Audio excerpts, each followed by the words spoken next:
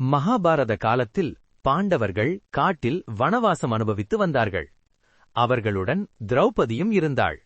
ஒருநாள் துர்வாச முனிவர் திடீரென தனது சீடர்களுடன் பாண்டவர்களை சந்திக்க வந்தார். அவர் கூறினார், நாங்கள் குளித்து வருகிறோம், அதற்குள் எங்களுக்கு உணவு தயார் செய்யுங்கள். திரௌபதி மிகவும் பதற்றமடைந்தாள். ஏனெனில் அந்த நாளுக்கான உணவு ஏற்கனவே முடிந்துவிட்டது. அவள் மனதில் மிகவும் கவலையுடன் கிருஷ்ணரை நினைத்து பிரார்த்தித்தாள். உடனே கிருஷ்ணர் அங்கே தோன்றினார். என்ன பிரச்சனை என்று கேட்டார். திரௌபதி அழுதபடி, உணவு இல்லை, என்ன செய்வது என்றார். அப்போது கிருஷ்ணர் அவளிடம் இருந்த அக்ஷய பாத்திரை கேட்டார். அந்த பாத்திரத்தில் ஒரு சிறிய அரிசி தானியம் மட்டும் இருந்தது. அதை கிருஷ்ணர் சாப்பிட்டார். அந்த ஒரு தானியமே உலகமே நிறைந்தது போல ஆனது.